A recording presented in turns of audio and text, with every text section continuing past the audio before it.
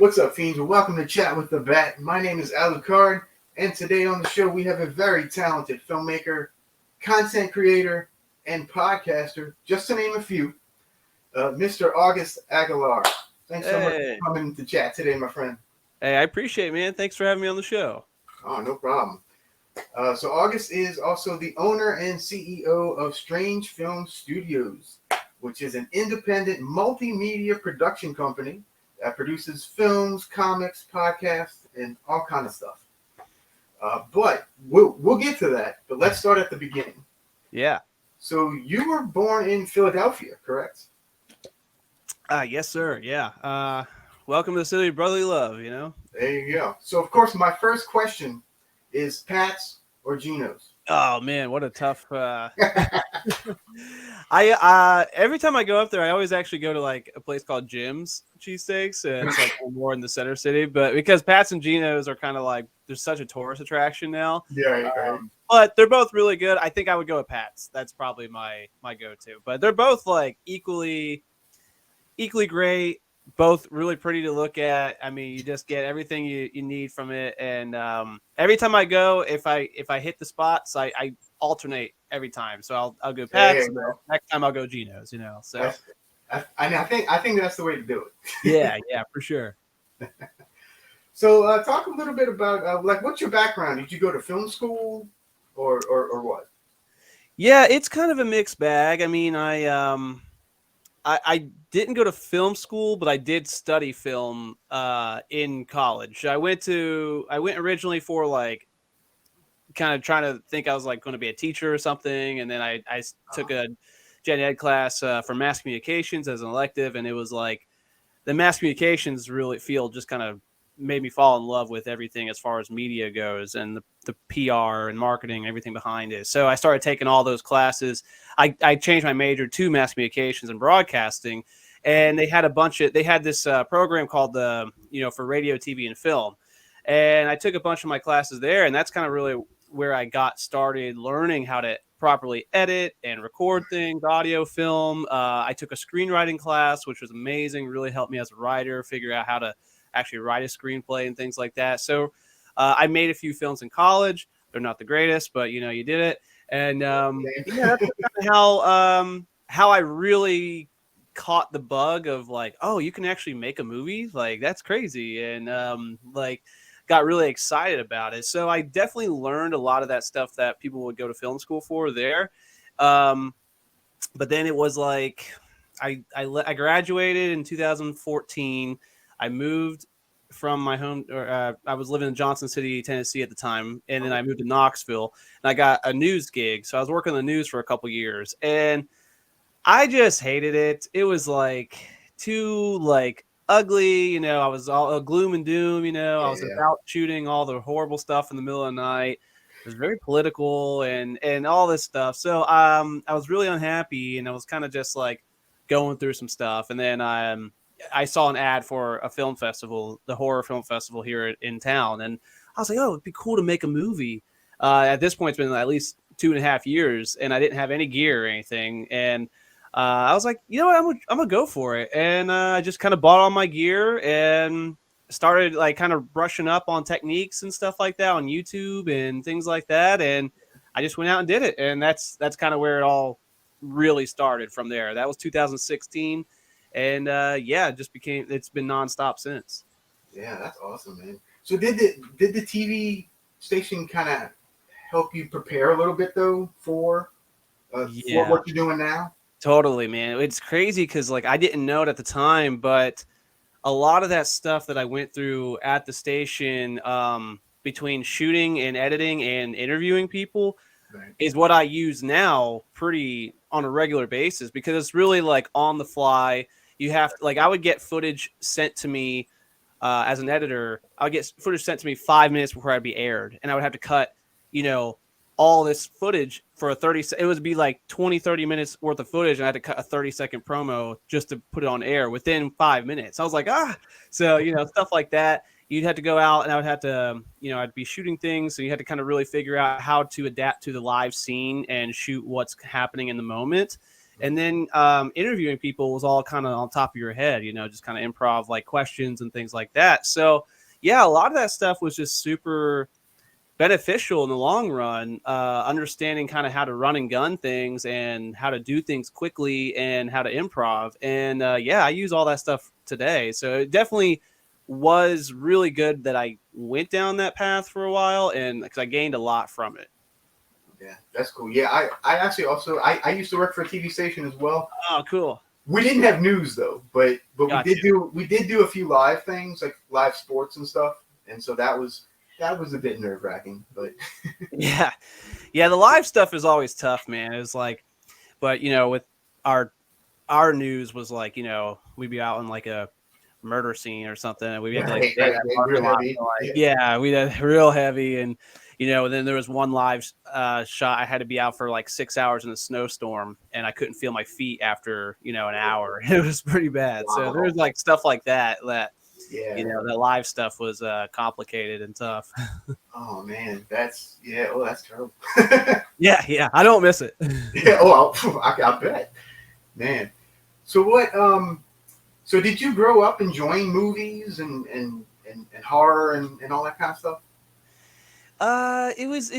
It's strange. I grew up definitely as a creative kid, but I was more into writing when I was younger. So I was more, and I was terrified of horror movies. I was like that kid when we go to Blockbuster. I would see the covers of all the horror movies, and I'd be like, I'd be so scared I didn't want to look at them. I was like, no way, I would never watch those. My cousins would watch, like Halloween or Chucky or something, and Child's Play or whatever, and and I would be terrified of the idea of like, Chucky or Michael Myers on screen, So I was always terrified of horror, but I was writing. So I was always writing stories and stories and stories. I would have like notebooks full of stories. I mean, I have like some stuff like from elementary school when you're supposed to just like write like a little fun story. I'd be like writing like these complicated plots of like different characters doing crazy things, at like 8 years old. And so I was always like a writer, but then I did start dabbling with like a home video camera when I was pretty young too. And that was just kind of, this is really cool. Like I really love the feeling of like filming something. I didn't know what I was doing, but it was really interesting. And then I started making actual like little skits and shorts with my buddies and my brother and sister at the time when I was like in high school.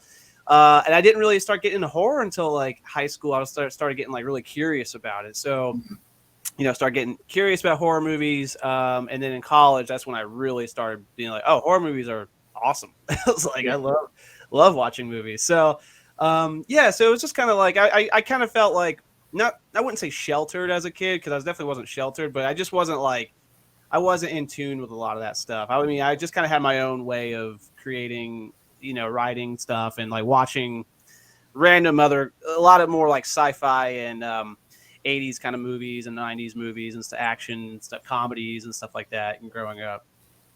Yeah. Oh, cool, man. So you also wear many hats. Mm-hmm. You direct, you write, produce, edit, cinematographer, cameraman, audio, lighting, musical score. I mean, what's your favorite part of the creative process? If you had to go with title, it'd be directing, absolutely, because I feel like it's just like kind of like this ringleader of a circus, and it's just really fun and chaotic, and you have to kind of orchestrate it all to come together. But I mean, as far as a creative process goes in general, I just get like super excited about the idea that, I am creating something, and I'm like, I don't know. It's like, it's weird because like when I write, and I know like I'm writing something really exciting, I get like super pumped about it. And I'm like, I got to shoot this. I got to make this happen and things like that. But like, even when it comes to editing, actually, I love editing, even though it's like probably the hardest part of everything. It's like a big puzzle piece to me. So I get really excited about how am I going to put this puzzle together? And when I come with that, like with soundtracks or scores for the films, it's like, I don't know. It's weird because like that's why I have a hard time working with other people when it comes to like scoring my projects. Not that I haven't before, but I kind of just have like this weird vision in my head all the time of how it's supposed to look and sound. And it's hard for me to communicate that with somebody. So for me, when I can like physically make something and do it myself, I just kind of get a thrill out of all that. So it's all a challenge too. I love like the challenge, and sometimes it takes me a few minutes to solve a problem that I'm trying to think of, or takes me a few days or a few weeks. Like, I mean, the process is unpredictable sometimes, but I just get hyped about it. I get really motivated, and I get just excited about the idea of what that final product is going to look or sound like, and how people are going to respond to it. So that's kind of, it's just a really chaotic but fun adventure for me. Yeah, yeah. Oh man, yeah, that's cool. Yeah, I'm also a big fan of editing as well. I used to sit like in college and stuff. I used to sit and just edit and just I'm like, yeah, this is what I love, you know. Yeah. But yeah, it just it never took off for me. But except for I got stuff for here, you know. I edit the videos. So, you know. Hey, you gotta edit, yeah, YouTube. You gotta edit stuff for YouTube and things, and yeah, editing and like people, if you can even just like get by with basic editing, like you're already a little bit ahead of the curve, because a lot of people don't even want to touch it. You know, editing is so hard, and it can be a huge learning curve. And it does take some time to kind of like even understand the basic functionality of whatever that software you're using. I'm no like extreme expert at editing. I'm pretty good at it, but like I know my limits when it comes to editing, and so you know, yeah, so it's like I just know what I can physically get done myself, and if it has to go somewhere else, I'll send it off to something else, you know. But yeah, it's like a big puzzle piece to me. I just love kind of trying to splice it all together and see how you take that raw footage and that raw idea and turning it into a polished product. Yeah. All right. So then in 2016, you formed Strange Film Studios, and you started to create all these films. And I believe the first one you did was There's Something Down the Road. Yeah. Mm-hmm. Yeah. Which was introduced us to The Stranger. Oh yeah. Yeah. That's iconic. He was one of our biggest mascots for Strange Films for a long time. And the guy who played the Stranger, his name was Roger Gregg. He passed away a few years ago, unfortunately. Yeah, and we were always trying to bring him back into the universe, because he popped up again in the film Passenger that we made, and he's in a comic book, and he was kind of just like this signature icon. You know, he has stickers and posters and all these different, you know, things. But I think really what happened was, you know, I made that film, and I just got so excited about it, and I'm so like inspired by like comic books and Marvel and DC and things like that. So it's like this shared universe idea, and me and my father, Frank Aguilar, who helped collaborate on this film, we just kind of were like, well, what happened? How did this happen? How did the events of this movie happen? And what happens after this movie with these characters? And where is the Stranger going? And things like that. So I think we just kind of got so excited about, like, it wasn't just a short film. It was like, we're establishing a world here and characters here that we could possibly see more of down the road, which There's Something Down the Road. But so it just kind of automatically, it was like, oh, we have to do more and expand the lore, and, you know, see where we can connect the dots somewhere else. And yeah, The Stranger was just a great example, because it felt like he was a good villain, and kind of wherever he was at, some bad things were happening. And I just really like that idea. So that's kind of where we go in the Strange Films universe.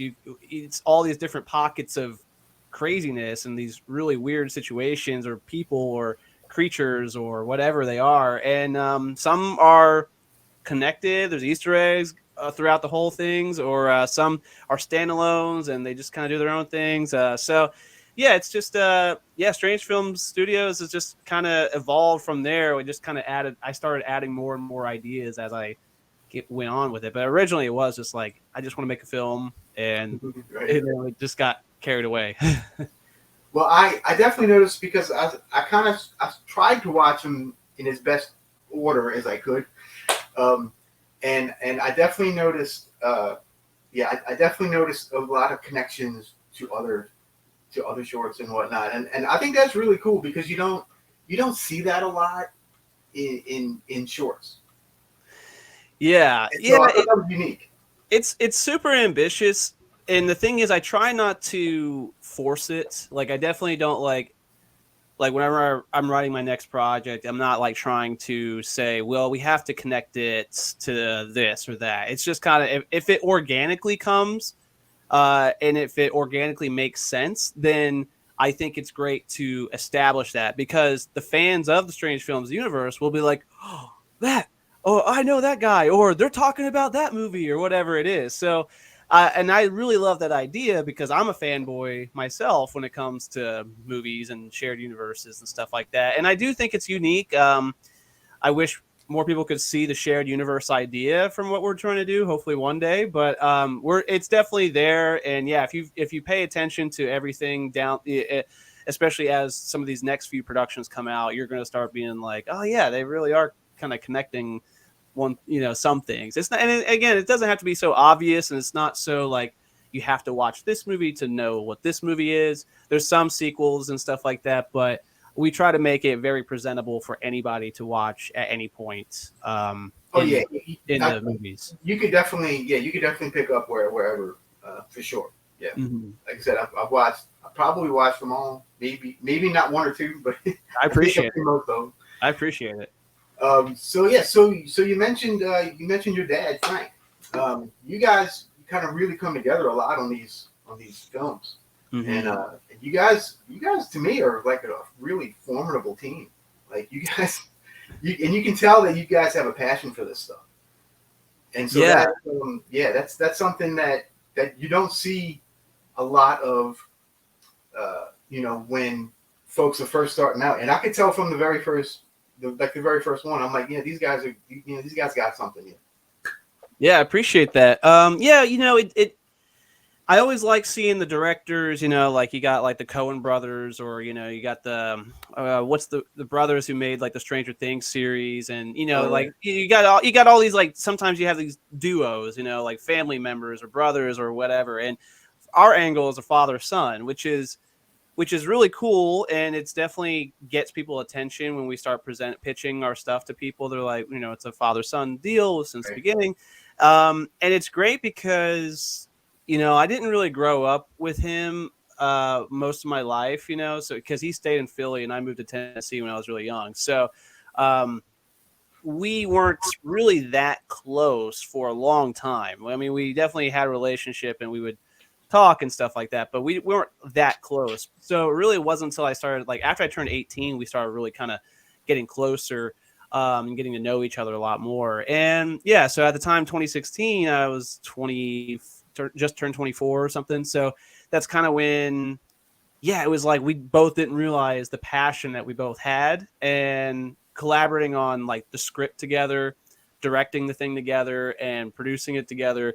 It was just like, whoa, what happened here? This is like lightning in a bottle. And it's ever since it's been, we're this dynamic duo, and it's great because first of all, we've gotten super, super close for doing that now. Like, we're a lot closer than ever before. But since he's still in Philly and I'm still here in Knoxville, we operate in both cities at the same time. So we have two different markets going on, and our markets have expanded outside those cities. But for the longest time, it was like Strange Films being promoted up there and Strange Films being promoted down here. And he writes and produces up in Philly and gets all these connections and locations and writing stories for Philly shoots. And I write, produce, and direct down here. So whenever a thing is ready for me to go up to Philly and shoot, then I just fly up there and I direct and everything like that. So but yeah, I think he's written the whole Center City series. He's written like the Happy Mother, or the Cindy's Birthday Party movie. He wrote Raven, and he wrote our newest film with Ginger Lynn, The Gifted. And I've written pretty much everything else, but I always direct everything. But we collaborate on all ideas. And what I really like about our process is, like, no matter if I'm working on something separately, or he's working on something separately, we will just start talking about the ideas, and we'll kind of pitch it together. And I can get a good sense if I'm onto something or if he's onto something, if we like it, because we both have very similar interests and styles. So it's like, if I say something, he's like, and he says something back, I'm like, oh, that makes more sense, or vice versa. if I say something he really likes, I'm like, yeah, I know I'm onto something then. So it's a good like, yeah, it's a good workshop. We have a really good process of just kind of talking out the ideas, and when it comes to actually being on set together and making these things. And he's gotten really good at writing and connecting, like as a producer as well. And yeah, our relationship's fun. It's a really cool thing to have in the brand, I guess. Yeah, that's really neat, man. You guys really have a great eye and a knack for telling like really interesting stories. And I really enjoy seeing your progression as a filmmaker as I watch these kind of in order. Cool. And like I mean, I could tell something was there from the beginning, but like now, like the stuff you're releasing now is just like really just top notch stuff. Thank you. And so as I was going through, the first one that really grabbed me was Cindy's birthday party. Oh, cool. Yeah. Yeah. So what can you tell us a little bit about that one? And to add to that, I want to know what it's like working with two young kids. Yeah, man, that was that was an exciting project to do, and a very like I was nervous doing it because of the kids, you know. And that was, I think at the time, that was my fourth film, fourth or fifth one. And so and that was like, it was like fresh 2018 when we shot that. So it was like I've only kind of not even 2 years in at this point. But I've already, at that point also, I already shot a ton of different stuff between music videos and documentaries and the films already. So I was kind of like, I was not so nervous about shooting the thing, but I was nervous about the talent. But that was Frank's project. He actually had that idea for about a year in his back pocket, and originally it was supposed to be like a 2-minute little, like a quick horror thing, but then we evolved it after we found Dan, the producer on that film, and his son, who plays the young Dylan, and his son, Jonas. Sorry, Dylan played Jonas, and he was already taking acting lessons, and then we found the other actress, and she was doing like little plays or theater or something like that. So they both had some like experience, which was cool.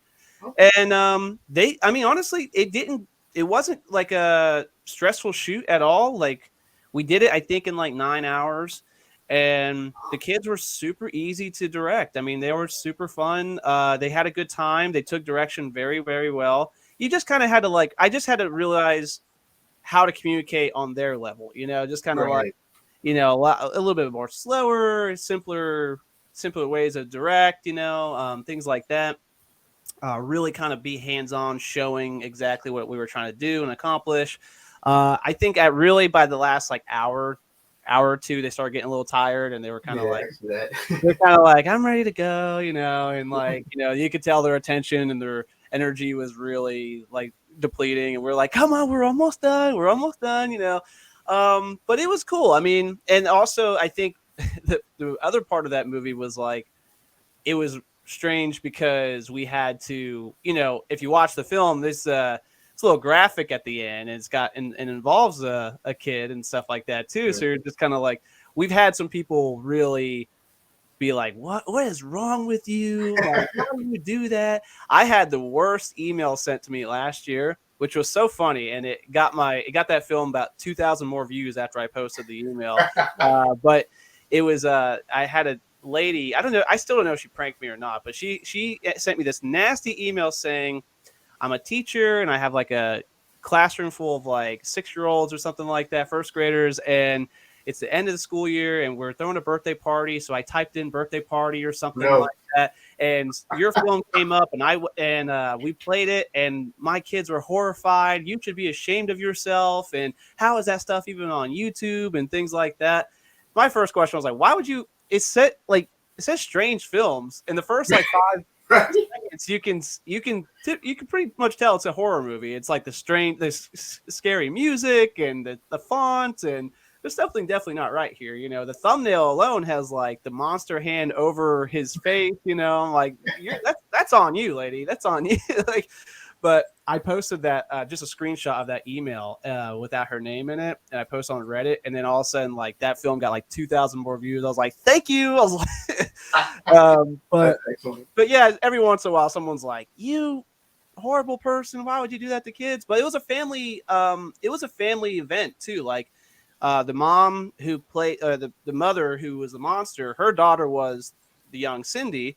Uh, Oh, the little boy who played Jonas, his dad was the chauffeur, and then the boy at the end credit scene, or at the very end of it, his dad was the composer, the music, the sound score for the oh, film as okay. well, and then obviously me and Frank. So it was all like a family affair, you know. So it was all love, it was all fun, it was really great, and yeah, that came out really well, and that was the first time I got to work with kids, and I haven't worked with kids again since until I'm about to go up to Philly again in about 3 weeks, and I got some more kid actors to work with again. So it'll be interesting to see how the next. How that works out, yeah. Yeah, yeah.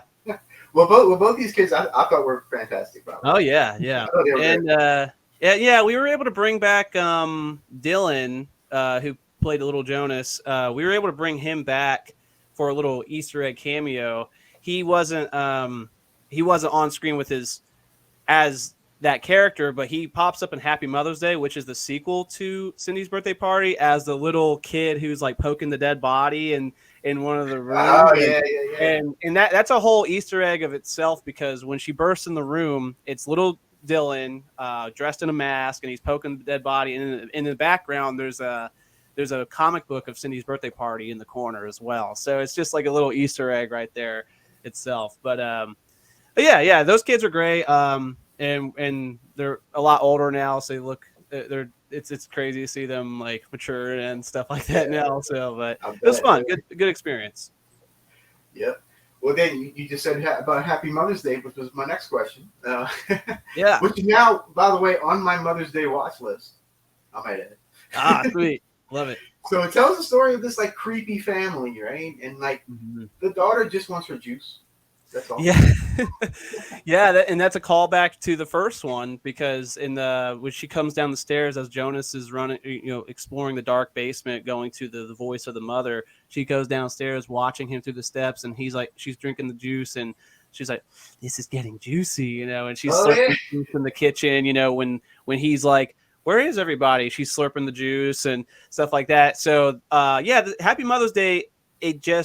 I don't even know where it started. I think we were just kind of toying with the idea of like, we should do a film where it takes place like 10 years later of Cindy's Birthday Party, bring back the chauffeur, have Cindy older as like a teenager, or a young woman. And we're like, let's bring Jonas back, but because he survived at the end of Cindy's Birthday Party. You can't really tell, he's kind of like groaning a little bit, but like he's actually alive. So in Happy Mother's Day, it's an older version of Jonas. He's got one arm, a big scar on his face, and they kept him down in this basement for all these years. So he's just like this psychologically messed up guy. And so I was really inspired by the Texas Chainsaw Massacre for this one. It was just kind of like, I really want this like House of Horror.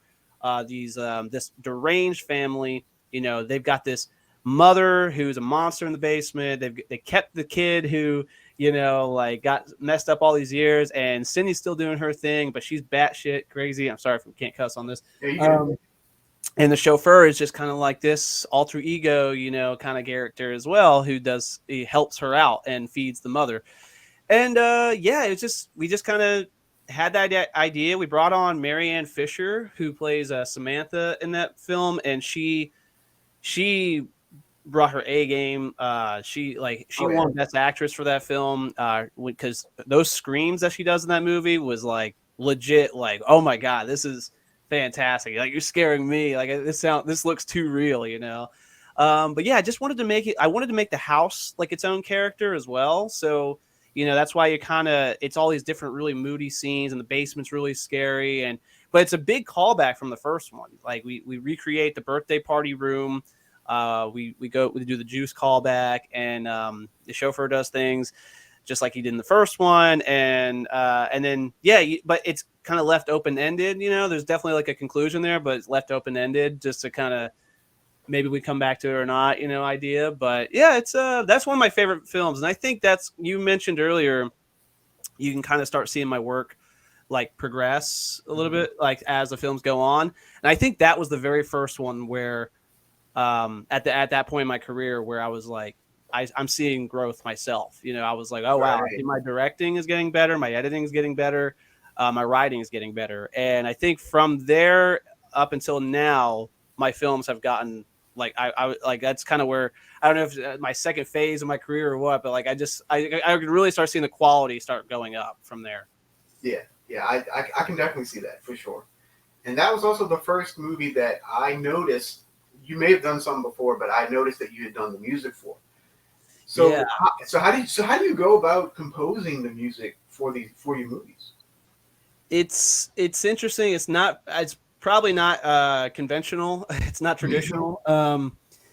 So what happened with that one was, so as I mentioned with Cindy's birthday party, Jason he did the soundtrack for it, like as far as like the theme song of Cindy's birthday party is like do do do do do do do. It's kind of like sounds like a circus.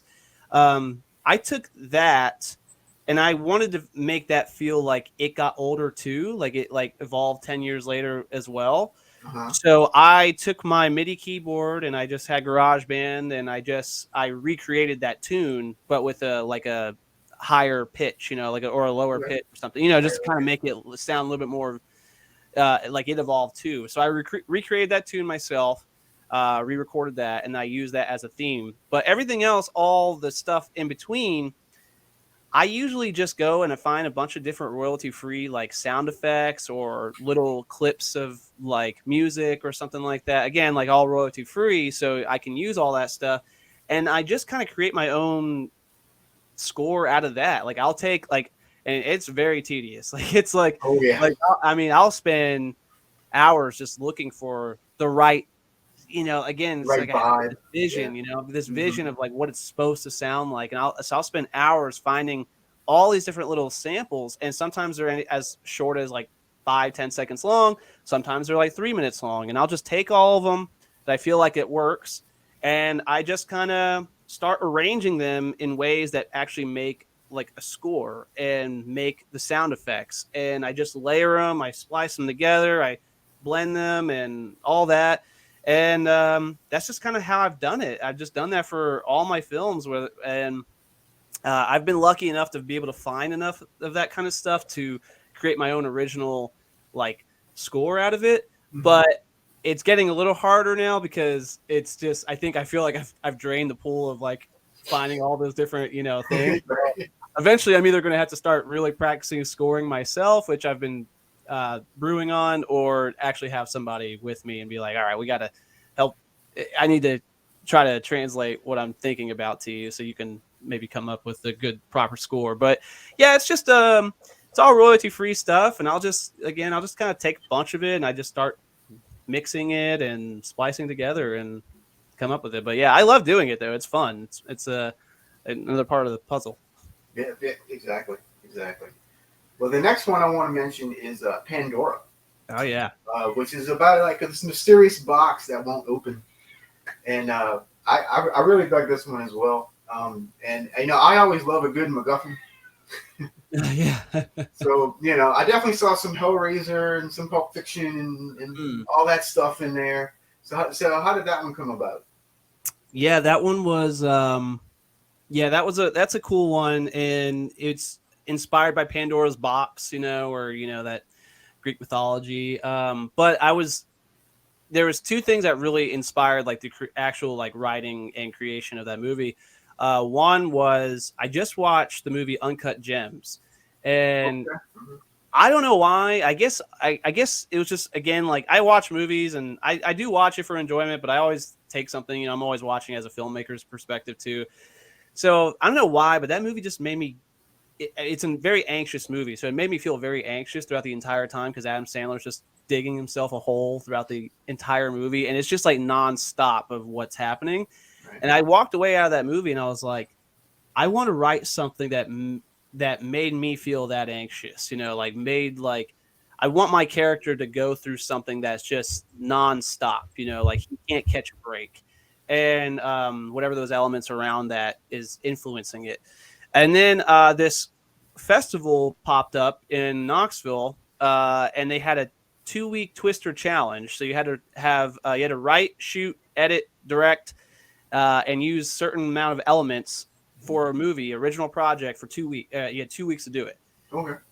So I signed up and I was just kind of really feeling that inspiration and wrote Pandora, and that's just kind of how Okay. it happened. And yeah, within 2 weeks, I got that all shot, scheduled, shot, edited, directed, and everything. And Wow. um, it was literally a 2 week project, and yeah, it was just kind of one of those things, and it was really ambitious. I'm super ambitious when it comes to my stuff. You know, I'm not just like writing something where it's like, oh yeah, our characters are gonna sit in this coffee shop, and we're gonna have this really long conversation. You know, I'm like, yeah, let's go downtown. We're gonna get this shot over here. We're gonna drive over to the bar over there and get and shoot all morning over here, and we're gonna go in this alleyway. And we're gonna stage a fight scene. You know, it was just like it was like crazy. It was, but it was that anxious like energy that I wanted to do, and I think the really what happened with the box thing was I think that was part of the element when we drew it. It was like you have to use a box or something. Right.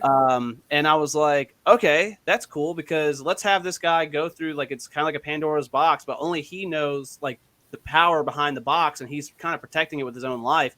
And there's a little bit of a supernatural element to it because his character is called the Saint, and he actually ends up meeting like what I called the devil in it as well at the end. Right. And it's just I just imagine there are all these kind of like angels and demons in human form, and there's like this like mystical thing around this box, you know, and whenever something happens and when you open the box, reality changes. So he was like, I don't want no one can open this box, and no one can open the box except for me. And it was just one of those, yeah, it's a crazy idea, but I think it worked out really well. And yeah, I always wanted to revisit that one as well. I kind of had a really great idea for a chapter 2, but I never got around to it. Oh yeah, that would be cool. That would definitely be cool. So then, kind of after this, you guys switched gears a little bit, and you guys went a little more film noir with Center City, and it's like it's really dark and gritty and kind of rough around the edges, and shot in black and white. I love me some good black and white. It brings like a whole different vibe to it. Oh yeah. And so yeah, so how did you guys come up with that, and how was it shooting in black and white? So Center City was actually our second film that we've ever done, and which is crazy because I still call it like my Mona Lisa of all my projects. Like it's just a beautifully captured film, and it really shows like the beauty of Philadelphia. And that was the second film I directed, and it was a Frank production. So he kind of got everything ready, and I went up there. As soon as I got off the plane, an hour later, I started shooting, and it was just like chaos. All the people in that film were not actors; they were just friends of Frank. And but it was crazy because I remember looking at the script and I was like, "There's no way. How are we going to do this?" Like it was like we're going to shoot in the art museum, we're going to go in these alleys, we're going to go all around Center City, we're going to do all this crazy stuff. And I was like, how? I just the film that we just did was There's Something Down the Road, and it was like one location on a deserted road. Right. It's like, I mean, there were still issues that happened, but like it was that, we're talking about a whole city, and I'm like, what are we doing? He's like, no, it's gonna work out. It's gonna work out, and it did. It really did. It was like, he set everything up perfectly. Everything that you see on screen is shot on location all around Philadelphia, at the art museum especially. And no one ran us off, no one bothered us, and we just kind of run and gun the whole thing, and it worked out really well. And I actually shot it in color, and I just color graded it to black and white. So I don't know. I contemplated on shooting, like putting the settings and shooting in black and white at the time, but I was like, well, let me just put it in color because you never know if I want to do something like a special, like behind the scenes stuff to look at the raw footage and stuff, which I did in the commentary at one point. I just I showed like the actual color footage and then how I converted to black and white and stuff like that. So yeah, it was cool, man. My dad, he had a great just idea for like a film noir, crime, all original jazz music. The composer for that film, his name was Mike Raymond Jr., and he was 15 at the time, and he scored all of it. Yeah, all that music, the Center City theme song, the middle tune where it's like this really beautifully set piece, like at the end, everything like it. He did it all himself. 15 years old, it was crazy, and his dad played the driver in that movie, so that was really cool too. So it was like the perfect blend of chaos, but came out so beautiful. And I don't know how it happened, but that film really made an impact. It changed a lot of things for us. It gave us a name up in Philly, first of all, and then it made me feel very inspired as an artist, being like, wow, I can't believe that happened. And we got really great reception. We won a few awards from that film. It's screened out in LA, screened multiple times in Philadelphia. It's screened down here plenty of times. And so it's been like a really great film and something I can really kind of show right away if I'm looking to show some of my best work. And it's one of those things. But we got carried away. We ended up what you probably saw, why you probably saw it later in the timeline was we made 5 films altogether in Center City. So there's 5 Center City films. There's the first one. There's a prequel called The Woman. There's a one called Butch that takes place like a day or two after Center City. Then there's a one called The Driver, which takes place a few weeks after. And then we just finished Center City 2, which takes place, a few months after the first movie as well. So it's a whole like 5 film shebang. And it's got a little muddy there in the middle just because, again, some of these original ideas we had, people dropped out. We had to recast, or we had to do this, we had to do that. There was COVID happened. So we originally started shooting Center City 2 in 2019, didn't wrap until December of 2022. So, and it released in July of 2023. So it's like, that was the whole deal. But it's a family up there, man. That film created a family, a lot of great people that we've gotten to know over the years, and people who just love what we do. And we've brought a lot of those actors into our other productions, that move a lot more efficiently and quicker and stuff like that. So it's made an impact, and I'm really proud of that first one especially. And it's cool to see like, oh yeah, you have like a 5 film series out of this idea. So it's neat.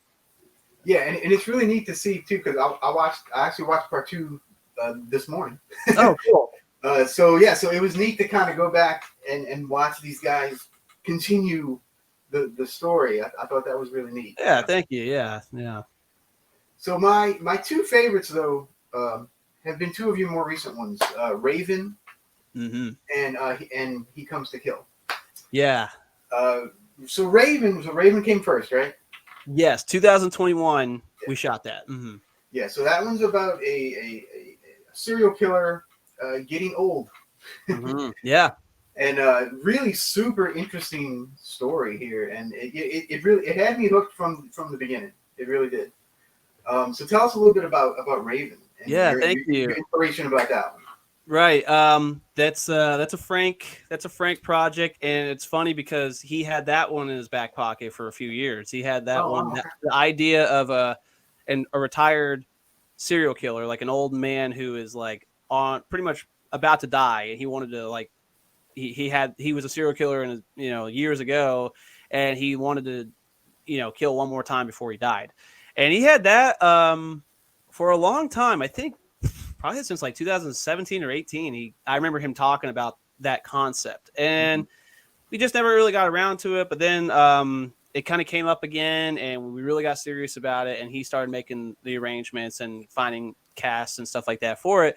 So yeah, we shot it up there, and yeah, that movie, it is a very, very fascinating film. Ray Bolden, who plays Warren Moore, he's just phenomenal actor. I mean, he's just he killed it. Yeah, his physical presence, his facial expressions, everything. Like he really sold the idea of like this guy going through some health issues, but he has a really, really dark side that is shown at the end.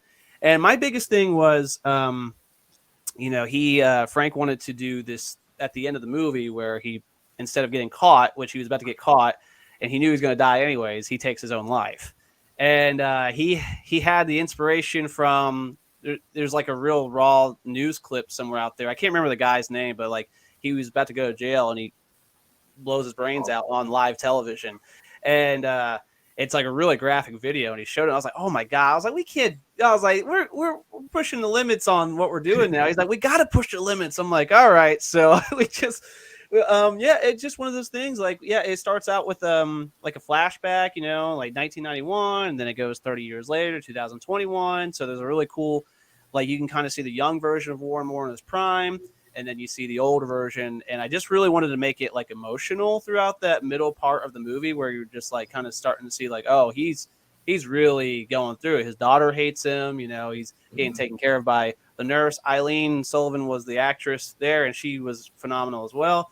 And then, you know, when the two women come who have the black hair, that triggers like his impulse again. That's where the film really starts to take that dark turn. And I think for me personally, I just got done kind of pretty much being on a year and a half lockdown, you know, from COVID, or a year of lockdown. And I just had my son as well. So I was really just at home for a long time. And I was just like, I wasn't doing a lot. I didn't do a lot of film projects between those. I mean, I did the Lions Den 2020, but it was like I didn't do too much creatively. So I was always just watching movies, writing, and studying a lot of different things. So I kind of had all this like built up energy, creative energy in me. And I just knew, like, I just had this feeling like the directing and everything behind the new project was going to be more, you know, like it was going to really show something different. I think that's what happened. Like, we won best cinematography and best short film at the New Jersey Horror Con, and we were nominated for like 5 awards there as well. And the film has done really, really well. People have been really, really enjoying it. And I think it really has a lot to do with just the acting and the story that goes around. I think it's just one of the different take on a serial killer, traditional like serial killer. It's more, you kind of see the vulnerability of, you know, he got away and then he's about to die, but he tries to go for one more time, but he still gets away at the end, technically. So it's like, Yeah, technically, yeah. So, yeah, it's a real dark film, but I love it. It's one of my favorites. And that was my first film going past like 15 minutes. That film ended up being almost 30 minutes long. And I thought that was pretty cool. It's like, oh, the films are getting longer, which is a lot of fun. So, yeah. And then we have He Comes to Kill, which is 50 minutes. Yeah. So this is the longest one you've done so far, right? Yes. And that one was, again, kind of just, well, He Comes to Kill was like, that was me. I wrote that. I had this idea. I wanted to do like some sort of horror slasher film, you know. I was like, but I originally had an idea for just a short, because I kind of had a lot of things going on, and I was like, well, I don't want to spend too much time on this. I just want to do like, I want to write something that maybe I can do another 30-minute short here. And the draft was originally written as like a 20-page little thing, and you know, just really wanted to kind of do my own take on Michael Myers, you know, like Halloween, and just something real simple, a silent type slasher. But yeah, it just evolved. It really evolved due to the casting, because the whole process of getting that thing made was like, when we did the casting, a bunch of people was dropping out left and right, and then I would have to recast, but those recasts kind of brought a new edge to the character that I had originally in mind, and I was like, oh, this doesn't make sense as far as what I'm writing. Like, I see something else with these actors that I'm like not seeing on my script. Let me rewrite them to favor the actor and change the whole dynamic of the movie. And then once we were actually shooting that stuff, the scenes just ended up being longer, more organically like collaborative. You know, we booked some really awesome locations, and next thing you know, I'm like halfway in, I'm like, this film is going to be like an hour long or something. We're shooting over 6 weekends here, and an ensemble cast, all the cast, like I still today, like, I don't have the actual final draft of the movie, because everything changed on the fly. We either changed it the day before we shot, or the week before we shot, or the day of. Everything was just either improv or newly added because of new cast members that would have to fill in and stuff like that. But that all was a blessing in disguise, because like Joe Castelline, for example, who plays the crazy Chief Sanders, who's doing like coke off the gun, he was written as a very, very serious character. Like, he was written as kind of like the Devil's Rejects sheriff kind of character, you know? Okay, gotcha. He was written as like that kind of attitude. But he kind of brought this like maniac, zany energy and was doing all this crazy stuff. And I was like, I don't know what you're doing here, but I love it. I'm leaning into it. And and we just did that, you know, and Jordan Fraley, who plays Mark, originally Mark was not supposed to be like as dark as who he was. He was supposed to be kind of just like the shitty boyfriend or something like that. But he turned into, I was like, oh, the angles just started kind of changing. I was like, I don't want to do like where this movie's all about Stanley Elk. I want to be Stanley Elk is definitely a focus, but I want to have the world and these characters reacting to Stanley Elk. Like what's going on in this town that makes Stanley Elk such a big boogeyman? So there's got to be people who are afraid of him, who are really terrified. There's got to be people who don't believe in him and just brush him off.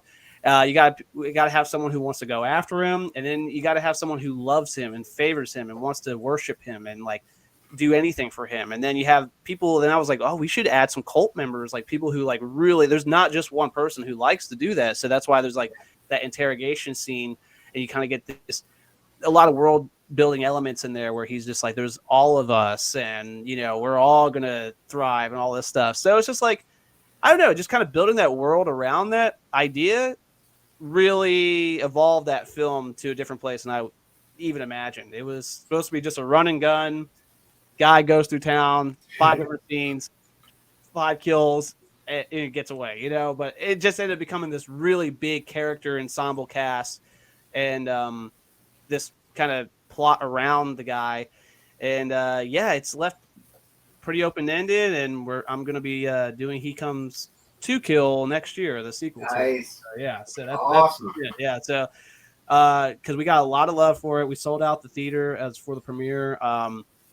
Got a lot of press off of it, and it was exciting. People love the movie, and I think it's definitely, I think, my best work so far, as far as like, and to me, it proved that I was like, oh, I can make a feature film. Like, I think I can make a feature film. Like, it's just treating every short, or even treating every shoot as like a short film and just splicing all that together, writing a long, cohesive story. But yeah, so I think it really gave me a lot of confidence behind it, and now I'm ready to take on the second one. The second one will be a lot darker, though. I think the first one kind of ended up being like almost like a horror comedy, which is great. It's a lot of fun, but the second one I think is going to be a lot darker, for sure. Awesome! I can't wait to see that. That's going to be incredible. So yeah, if you like slashers, I highly recommend He Comes to Kill. It kind of hits all the hallmarks of a great slasher. You got the unstoppable mass killer. You got the authority figure going after him. You got great kills, and of course you even have some comic relief in it. With White Lavender Jones. Oh man, and I do have to give a shout out to White Lavender Jones, man. And that was just another like last minute, not a last minute, but like a change in the script, because originally it was supposed to be Stanley Elk on his way to the barn, and he's like walking through a neighborhood, and there's like a punk band playing in a garage, and they're just like rehearsing and talking crap and all this stuff, and Stanley goes and crashes the party, and but White Lavender Jones, he reached out to me.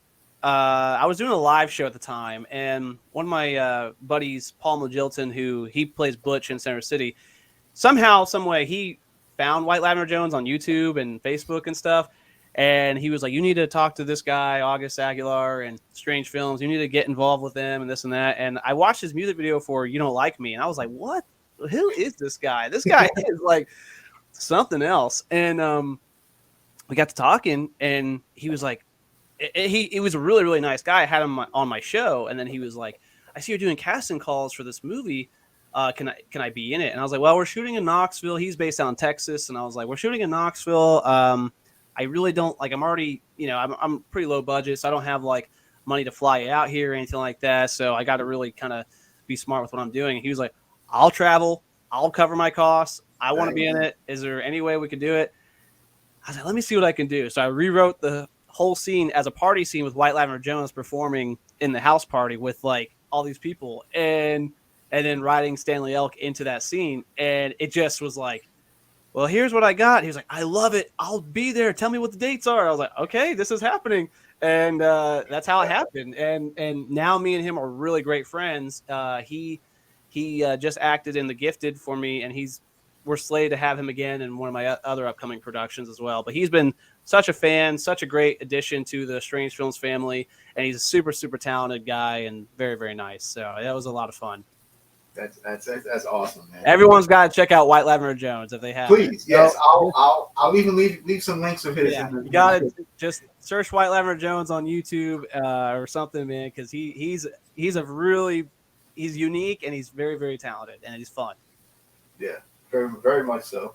So you just mentioned The Gifted as well. So that's the latest one that you're working on, right? And it Yeah. stars Ginger Lynn Allen. Yeah, yeah. And so yeah, tell us a little bit about that and when do you see this coming out?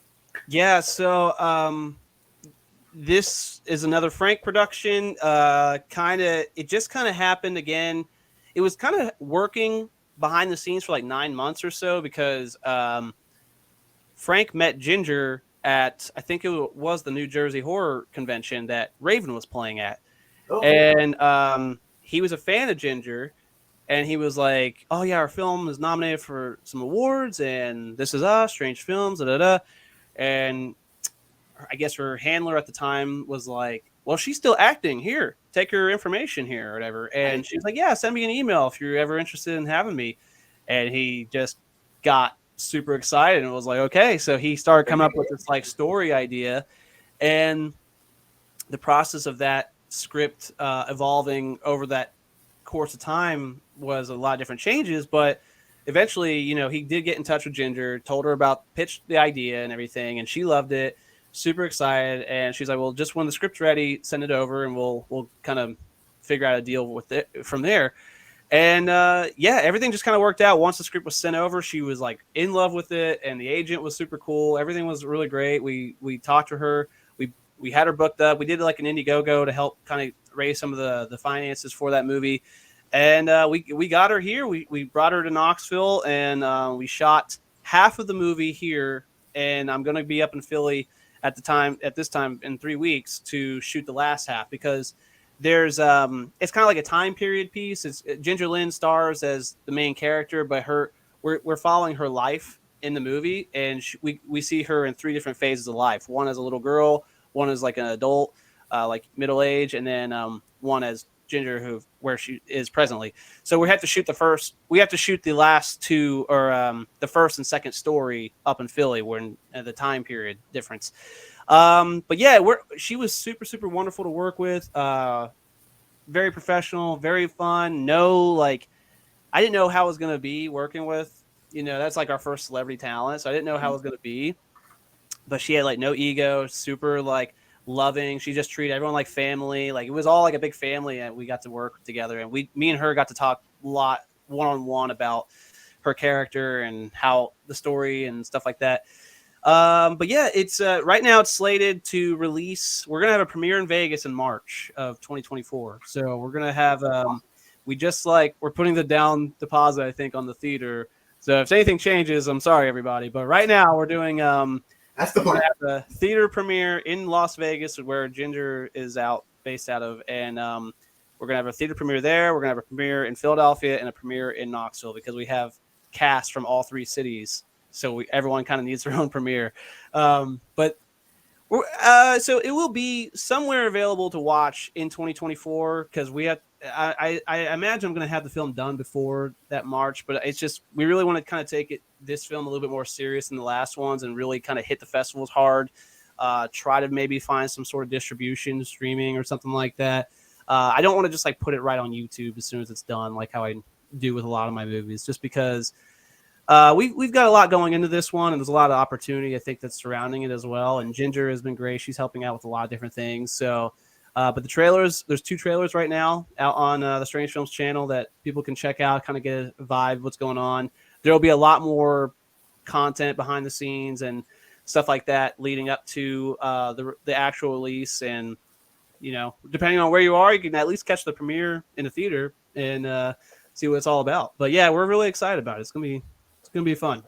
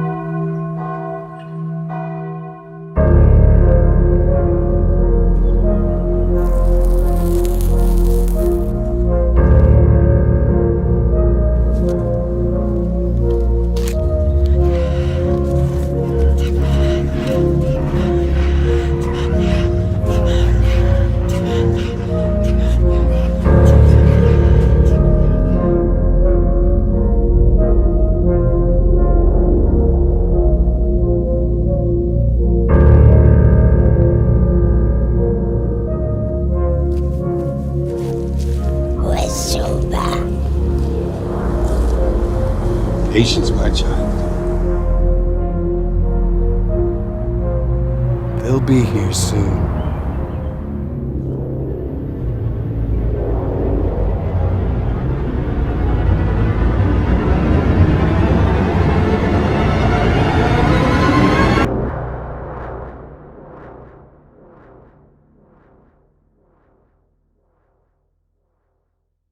Where would you like to see Strange Films going in the future?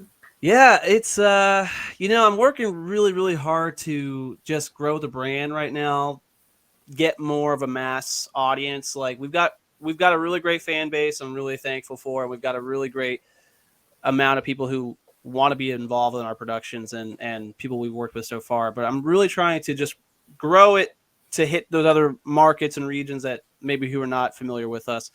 What I would like to ideally see is Strange Films become like a studio like Blumhouse or like A24. Those are like my top favorite, studios right now. And or work with Blumhouse. I mean, that'd be the dream, but yeah, I really, really would love to see it become like an actual major indie studio. I don't want to go like Hollywood's a wreck, and I don't see it getting any better. I don't want to go that realm. I would love to stay in the indie realm because I know indies have that dedicated, fan base and loyalty, and they do really, really well. But you gotta have to have that a little bit of a bigger playground, I guess, to do that kind of thing. So, eventually I'd love to see more producers come on and help us out with, making our productions bigger and better. Eventually seeing Strange Films grow into one of those productions where we can bring on other filmmakers and, have help produce their stuff and have people work and collaborate with Strange Films with their production company, things like that. So, yeah, it's just eventually I would love to see it just grow into its own, big company of multimedia productions. I think right now the bare bones is there and the outline's there and the brand has been growing. We've got all the merch and things you can see to go by it, but it's like we just definitely need like that higher. I don't know. You always want to naturally see something grow, but that's kind of the dream. That's always been the pitch, and that's always been hopefully the motivation to get to. But yeah, and I love everything outside of film too. Like I'm a huge music buff and art, and that's why I love doing the comics and the podcasting, especially. So I'd love to see some of that stuff grow more, especially the podcasting and whatnot. But yeah, I don't know. We're working towards it, man. We're trying our best, at least, So it's just every day, kind of chipping away, climbing the mountain a little bit. Yeah. Well, you can definitely count me as one of the fans. I'm I definitely appreciate looking it. forward to seeing everything that you do, because you're a very talented guy, and Thank you. I'm very thankful that you are releasing all this stuff for us to enjoy. Yeah, and that's another angle that for me, I truly believe that is important to what we're doing now. Is to give all the content that we possibly can for free because I want people to see and trust what we do and who we are behind it as well. Because it's like, eventually there will be a day where it's like, okay, well, instead of going to YouTube to watch this brand new movie, you may have to rent it somewhere for $10 or buy a ticket to go see it for $10 or whatever that is, buy the physical copy to, watch it or something like that. But I really want to have that credibility of like, okay, these guys have been doing this for years and there's like a plethora amount of content you can just watch anytime for free. So of course I want to throw over $10 to watch their new production because it's going to help them continue to grow and Exactly. make the next production, stuff like that. And I think no matter what we do, whether it's monetized or not, like there will always be like that extra stuff that just to give and free and people to enjoy because also at the end of the day, first of all, I'm having fun doing it. I love doing it. And secondly, I'd rather someone watch and enjoy the stuff and check it out at least than not at all, So like I'm the worst salesperson at all. Like I'm at conventions with my merch and stuff like that. And people are like looking at it and they're like, how much is, this? And I'm like, oh, it's $5 or $10. And they're like, oh, so what do you do? And they start having a conversation and they're like, well, okay, well, thanks. I'm like, well, look, if you want it, just go ahead and take it. But just make sure you check it out. Okay. Make sure you really watch it. You actually watch it. Yeah. Like I'd rather you go home with something than not. And so it's a reminder to watch what we're doing, So I just give stuff away for free because I want people to, enjoy what we do and check it out at least because I don't think like a lot of people, when you tell them you're like, you make horror films, they're like, some people who are not like horror buffs, they're like, horror, like, I don't like horror movies, but our films really aren't like, they're like quirky and they're fun and Oh yeah, there's a great blend of different elements to it, and I really do think a lot of it has to do with the story and the characters. So it's not just like horror, like it's a lot of fun behind all that stuff. So I really do think, depending on who you are, there's something that we've done for everybody. I think you can probably find at least one of our productions that you would enjoy. So yeah, and I think that's one of you guys' strong suits is that you tell really interesting stories. mm-hmm. So yeah, I don't think that pigeonholes you into like just horror or anything. I think a whole bunch of people could enjoy your stuff. Yeah, that's the plan, that's the goal, and I definitely I think that as well. But and I like doing stuff outside of horror too, so that's why I work with I do like documentaries or music videos, and I've done like a drama film. I want to do another drama, an indie film. I want to do a comedy. I want to do some more action stuff. Yeah. So yeah, so but yeah, we'll see where the journey takes us, man. Right now we got a lot of exciting things kind of cooking and in the books for the end of this year and beginning of next year. So we'll see what happens. Well, there you go. Well, definitely check out August and Strange Films. I will have all the links in the description box, so please go ahead and check them out. I highly recommend it. Thank you. You'll be pleasantly surprised, I think. Thank you. I appreciate it. All right. So any parting words that you'd like to give? I'm just thankful for you. I'm thankful for everybody who enjoys what we do, and you taking the time to listen to my story and everything, and for anybody who has ever thought about making a movie, a short film or whatever, or if you're an aspiring creative, my best advice is just to go for it, in one way or another, just try it. It's so accessible these days that you can literally do anything, even with your phone, and if you want to check out our podcast, the Strange Films Podcast, I talk to a lot of different filmmakers on that show, and we do talk a lot about like filmmaking in general and advice and perspective behind it. So, there's a lot of value there as well, but there's a lot of just even super talented people that are doing some amazing things from all around the world. So they're really interesting stories to kind of listen to. But yeah, just check us out, Strange Film Studios, on YouTube and Facebook, Instagram, wherever your social media favorite platform is. And yeah, we appreciate supporting indie film. There you go. Always, my friend. All right. Well, until next time, adios, you Bela Lugosi.